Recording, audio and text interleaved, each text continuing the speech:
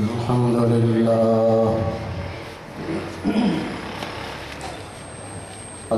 لله نحمده ونستعينه ونستغفره ونؤمن به ونتوكل عليه ونعوذ بالله من شرور أنفسنا ومن سيئات أعمالنا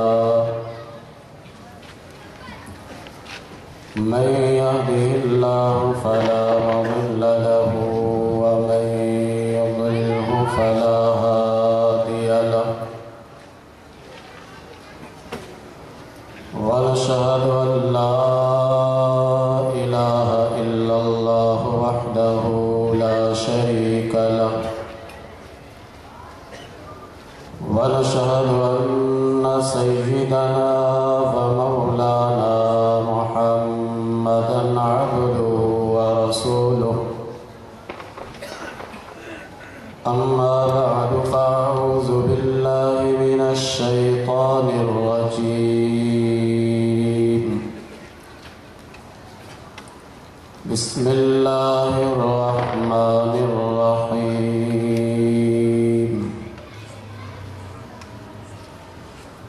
يا أيها النبي إنا أحللناك أزواجك التي آتيت أجورهم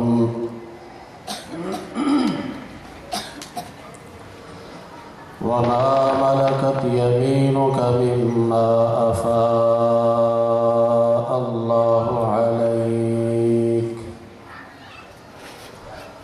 وبنات عمك وبنات عماتك وبنات خالتك اللاتي هاجرن معك وامرأة مؤمنة إن وهبت نفسها للنبي إن أراد النبي أن يستنكحها خالصة لك من دون المؤمنين قد علمنا ما فرضنا عليهم في أزواجهم وما ملكت أيمانهم لكي لا يكون عليك حرج وكان الله غفورا رحيما صدق الله مولانا العظيم وبلغنا رسوله النبي الكريم الأمين قال الله تبارك وتعالى في شأن حبيبه صلى الله تعالى عليه وسلم مخبرا وآمرا إن الله وملائكته يصلون على النبي يا أيها الذين آمنوا صلوا عليه وسلموا تسليما اللهم صل على سيدنا ومولانا محمد وعلى آل سيدنا ومولانا محمد وأصحاب سيدنا ومولانا محمد وبارك وسلم الصلاة والسلام عليك يا رسول الله الصلاة والسلام عليك يا حبيب الله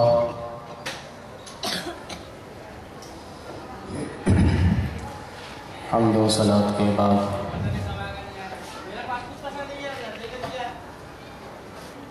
میں اور آپ ایک عظیم الشان محفل میلاد النبی صلی اللہ علیہ وآلہ وسلم میں بیٹھے ہیں۔ اس محفل کا انعقاد جناب فاروق اشرفی صاحب نے اپنے برادر مکرم کی شادی کی خوشی میں منعقد کی ہے۔ اس لیے میں مناسب سمجھ رہا ہوں کہ نبی کریم علیہ الصلاۃ والسلام کے سیرت طیبہ کے اس گوشے پر میں روشنی ڈالوں جس کا تعلق شادی بیاہ سے ہو، تاکہ محفل میلاد بھی ہو جائے اور ساتھ ہی ساتھ شادی میں جو رت جگہ کے طور پر محفل میلاد کا انعقاد کیا ہے اس کا بھی ذکر ہو جائے۔ لہذا میں آج اسلام کا آئینی نظام اس عنوان پر میں خطاب کروں گا۔ آئینی نظام سے مراد شادی بیاہ سے متعلق قوانین۔ اس میں نبی کریم علیہ الصلاۃ والسلام کی شادی بیاہ کا بھی تذکرہ ہو جائے گا اور ساتھ ہی ساتھ عام طور پر جو اسلامی قانون ہے، آئینی قانون، اس کا بھی تذکرہ ہو جائے گا۔ سب سے پہلے قرآن کریم کی اس آیت کریمہ کا ترجمہ سماعت فرما لیں جس کی میں نے تلاوت کی ہے،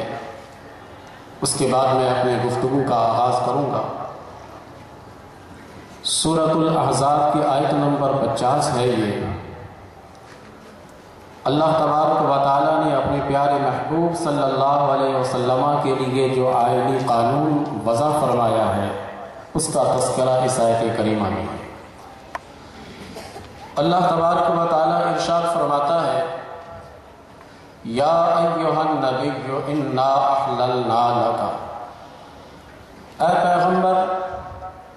ہم نے آپ کے لیے حلال کیا ازواجک اللاتی آتیت اجورہن، ان ازواج کو جن کی مہر آپ نے ادا کر دی، وما ملکت یمینک مما افاء اللہ علیک، اور اس باندی کو ہم نے آپ کے لیے حلال کیا ہے جو باندی بغیر لڑے مال غنیمت میں آپ کو مل گئی، وبنات عمک، اور آپ کے لیے آپ کے چچا کی بیٹی حلال ہے، وعماتک، اور آپ کی پھوپھیاں کی بیٹی، وبنات خالک، اور آپ کے ماموں کی بیٹیاں، وبنات خالاتک اللاتی ہاجرن معک، اور آپ کے خالہ کی وہ بیٹیاں جو ہجرت کر کے آپ کے ساتھ چلی گئی، وامرأۃ مؤمنۃ ان وہبت نفسها للنبی، اور وہ عورت بھی آپ کے لیے حلال ہے جو عورت بغیر مہر کے اپنے آپ کو آپ کے سپرد کرنے کے لیے الگ سے، ان اراد النبی ان یستنکحها، اگر پیغمبر بھی ان سے نکاح کرنے کا ارادہ رکھے، خالصۃ لک من دون المؤمنین، اے پیارے محبوب یہ صرف آپ کے لیے خاص ہے، مومنوں کے لیے نہیں ہے۔ اللہ تبارک و تعالیٰ نے یہ مکمل آئینی زندگی کا ایک نقشہ کھینچا ہے اس میں۔ میں اس آیت کریمہ کی طرف جانے سے پہلے ایک عام قانون جو اسلام کا آئینی قانون ہے اور عام لوگوں کے لیے، عام مومنین کے لیے ہے، اس جانب میں بڑھتا ہوں۔ عام طور پر اسلامی قانون یہ ہے کہ ایک مرد بشرائط بیک وقت 4 عورت کو نکاح میں رکھ سکتا ہے، بشرائط، یہ میں قید لگا رہا ہوں۔ آخر اللہ تبارک و تعالیٰ نے ایک صاحب استطاعت انسان کو 4 عورت رکھنے کی بیک وقت اجازت جو دی ہے، اس کی مصلحت کیا ہے، اس کی حکمت کیا ہے؟ آئیے میں اس کی حکمت 2 بتاتا ہوں کہ ایک عام مومن کو جتنے بھی دولت والا ہو، جتنے بھی سرمایہ والا ہو، جتنے بھی جائیداد والا ہو، 4 سے زیادہ کی تعداد کی اجازت اسے نہیں ہے۔ اللہ تبارک و تعالیٰ نے آئینی قانون کو قرآن میں ہی، اس آئینی قانون کو بھی قرآن پاک میں اللہ تعالیٰ نے بیان فرمایا ہے۔ فرمایا کہ وَإِنْ خِفْتُمْ أَلَّا تُقْسِطُوا فِي الْيَتَامَىٰ فَانكِحُوا مَا طَابَ لَكُم مِّنَ النِّسَاءِ مَثْنَىٰ وَثُلَاثَ وَرُبَاعَ، کہ اے اہل ایمان، اگر تم تمہیں یہ خطرہ ہو کہ تم انصاف ان یتیموں کے درمیان نہیں کر سکو گے تو تمہارے لیے بہتر ہے کہ تم 2 عورت کو نکاح میں رکھ لو یا 3 عورت کو نکاح میں رکھ لو یا 4 عورت کو رکھ لو۔ اگر تمہیں خطرہ ہو کہ انصاف ان کے ساتھ نہیں کر سکو گے تو 1 عورت تمہارے لیے کافی ہے۔ اس لیے میں نے بشرائط کی قید لگائی تھی۔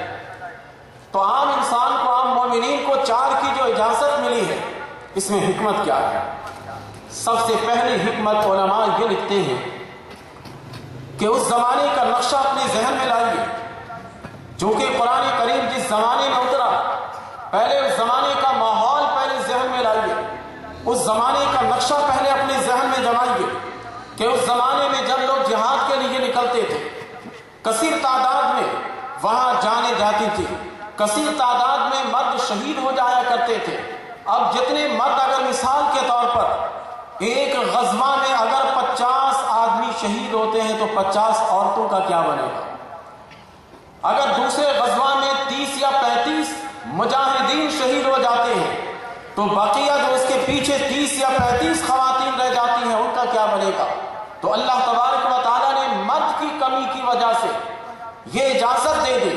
کہ چونکہ مرد لوگ جہاد کے لیے نکلتے ہیں، گھر سے نکلتے ہیں کاروبار کے لیے، گھر پہنچتے ہیں تو کبھی نہیں بھی پہنچ پاتے ہیں، اس لیے اللہ تبارک و تعالیٰ نے یہ اجازت دی تاکہ عورتیں بے شوہر کے نہ رہنے پائیں۔ 4 کی عادت جب 4 کی تعداد جب یہ پوری کریں گے تو ظاہر ہے کہ جو 50 آدمی پہلے شہید ہو چکا تھا، اس 50 عورتوں کا اہتمام، انتظام اب جب ہر آدمی اپنے اپنے ذمے لے گا تو ظاہر ہے کہ اسے 1 سے زائد عورت کرنے کی ضرورت پیش آئے گی۔ تو یہ اجتماعی ضرورت ہے کہ اس کی ضرورت پیش آ گئی۔ اتفاق کی بات یہ ہے کہ مسیحی مورخین نے جب اسلام کے آئینی قانون کا نقشہ کھینچا، جب اسلامی قانون کو بتانے کی اس نے کوشش کی تو اس پر بڑا اعتراض قائم کیا کہ دیکھیں یہ اسلام کا کیسا قانون ہے، یہ قرآن پاک میں اسلام کا کیسا نظام بتایا گیا ہے کہ ایک مرد 4 بیوی کو بیک وقت اپنے گھر میں رکھ سکتا ہے۔ ان لوگوں سے جو بھی بن پایا ان لوگوں نے خوب اعتراضات قائم کیے۔ جب جنگ عظیم، دوسری جنگ عظیم لڑی گئی جو قریب ہے ہمارے، دوسری جنگ عظیم میں کثیر تعداد میں جب لوگ مارے گئے اور اتفاق سے برطانیہ کے انگریز بہت تعداد میں مارے گئے، کثیر تعداد میں عیسائی مارے گئے، تو پھر اس کے مورخین حرکت میں آ گئے کہ جب اتنی کثیر تعداد میں ہمارے لوگ مارے گئے، ہماری فوجیں اتنی کثیر تعداد میں ماری گئی، تو اب ان کی بیویوں کا کیا بنے گا؟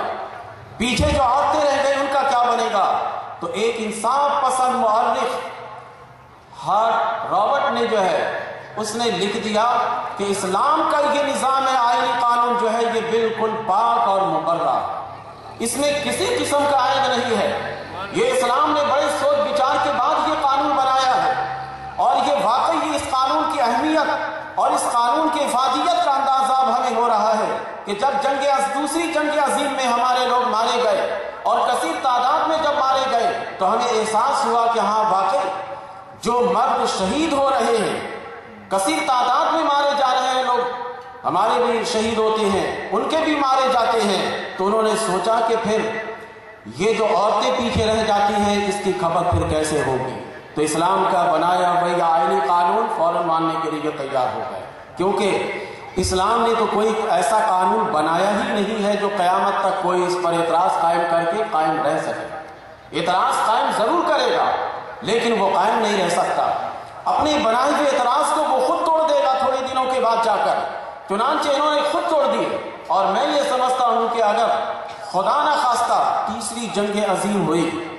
تو اب جو اسلام کی حقانیت کے بچے کچے چیزیں ہیں وہ بھی انشاءاللہ انگریزوں پر آشکار ہو جائیں گے، کیونکہ آہستہ آہستہ اسلام کی حقانیت واضح ہو رہی ہے۔ اسلام کیسا مذہب ہے، اسلام کیا درس دیتا ہے، کیا قانون اسلام بناتا ہے، یا آہستہ آہستہ انشاءاللہ اس پر بھی یہ باتیں روز روشن کی طرح عیاں ہوتی چلی جائیں گی جن جن پر یہ اعتراض قائم کرتے ہیں۔ یہ تو ایک اجتماعی ضرورت تھی، اور ایک انفرادی ضرورت یہ ہے عام لوگوں کے لیے بھی